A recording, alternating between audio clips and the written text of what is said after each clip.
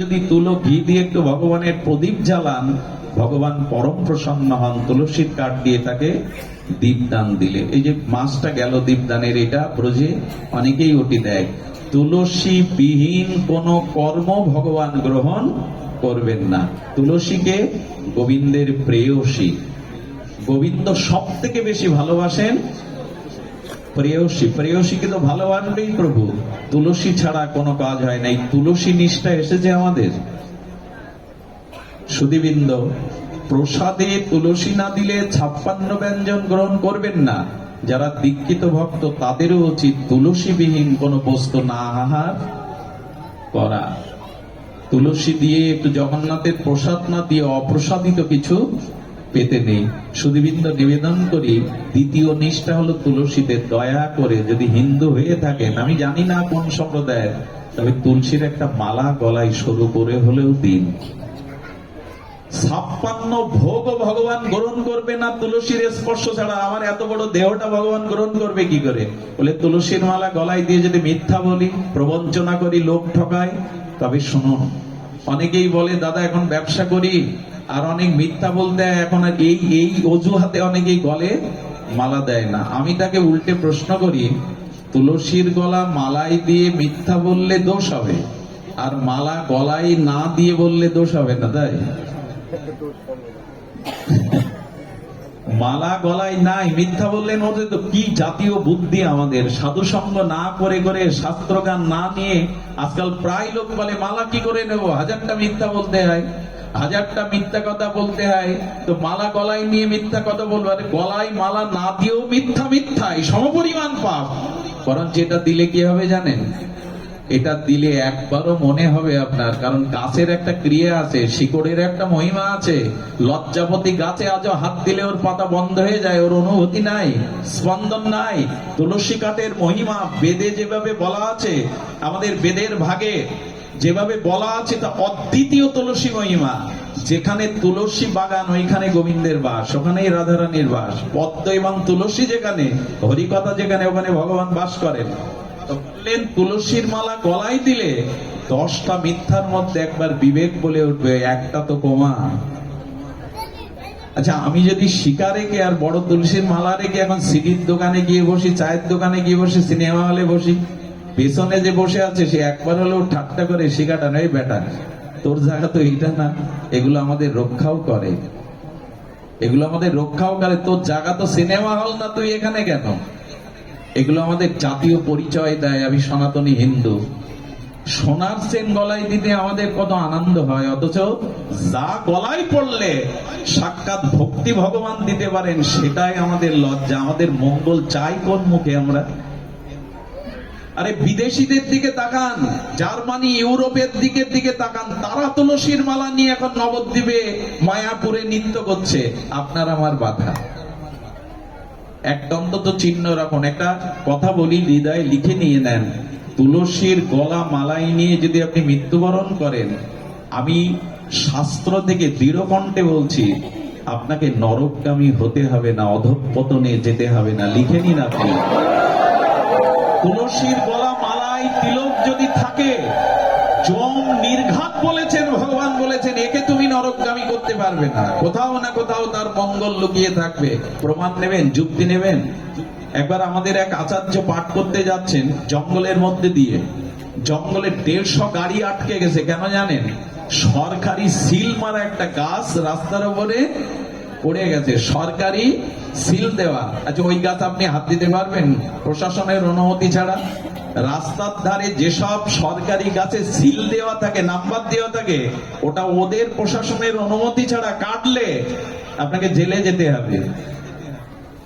এক বাবাজি বলছেন, উনি পাঠ করতে যাচ্ছেন, বলে বা এই তো পেয়ে গেছি যুক্তি। সরকারি সিল থাকলে যদি 150 গাড়ি আটকে থাকে, 1000 মানুষ রাস্তায় আটকে থাকে, প্রশাসনের লোক অনুমতি না দিলে গাছ সারানো যাবে না, তো ভগবানের সিল, তুলসীর মালা তিলক থাকলে জম বা আমাকে সরাতে আসবে কোন কাজে? অধঃপতন অন্তত হবে না। এগুলোতে বিশ্বাস আনুন। এত যুক্তি তর্ক ভালো না, এত কুতর্কের মধ্যে পড়লে আর ওঠা যাবে না। সব বিষয়ে তর্ক আনতে যাবেন না, কিছু জিনিস বিশ্বাস করে মেনে নিন। এন দয়া করে এগুলির প্রতি নিষ্ঠা নন। তুলসী নিষ্ঠা না হলে ভগবত ভক্তি হবে না। আরে কিছুই গ্রহণ করবে না রাধা মাধব। সকালবেলা উচিত কি জানেন? তুলসীকে একটু জল সিঞ্চন করা।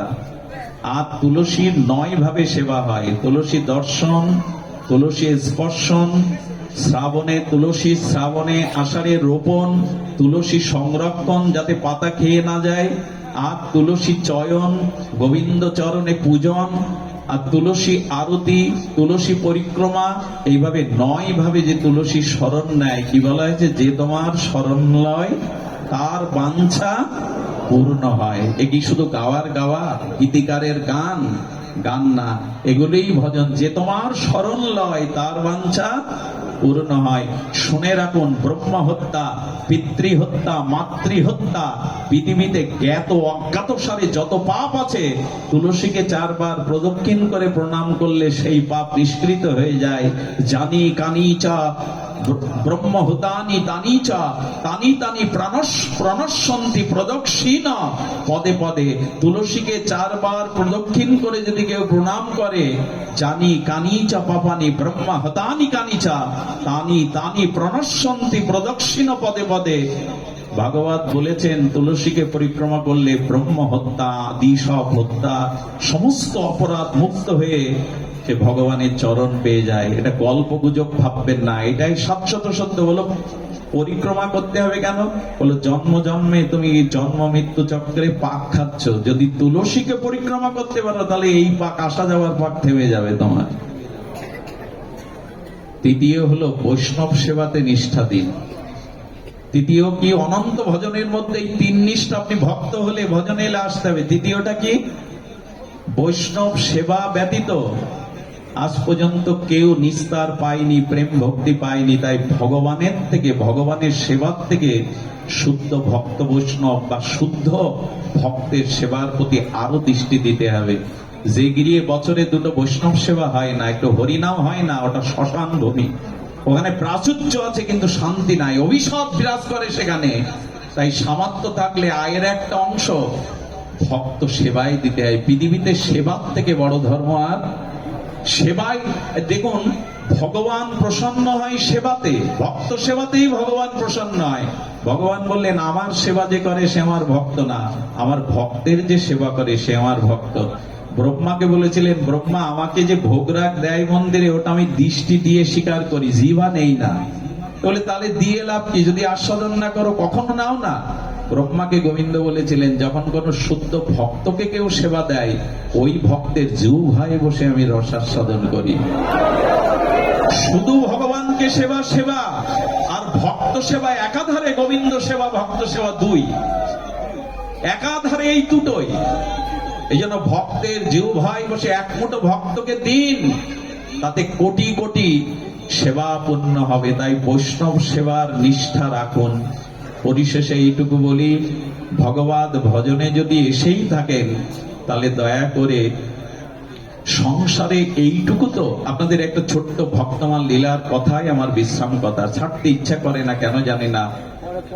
যারা লোভী, তাদের সামনে লোভের খাদ্য দিলে কি হয়? জ্ঞান থাকে কতটা খাবো, তারা তো খেতেই থাকে, পরে যা হয় হবে। নিশাতলায় এখানে যে পরিবেশ, সেখানে কত মানুষ কষ্ট দূরে দাঁড়িয়ে আছেন। আমি মনে করি সার্থক আপনাদের জন্ম। আজ এই মঙ্গলময় ভজনের সাক্ষী হয়ে থাকলেন আপনারা। শুনুন, ভজনের একটা দিব্য চরিত্র। আমি ভক্ত চরিত্র না বলে শান্তি পাই না। এক ফালি, চাঁদের এক ফালি, একটু চমক ভক্ত চরিত্র। আমাদের ভক্তমাল চরিত্রে, আমাদের মহারাষ্ট্রে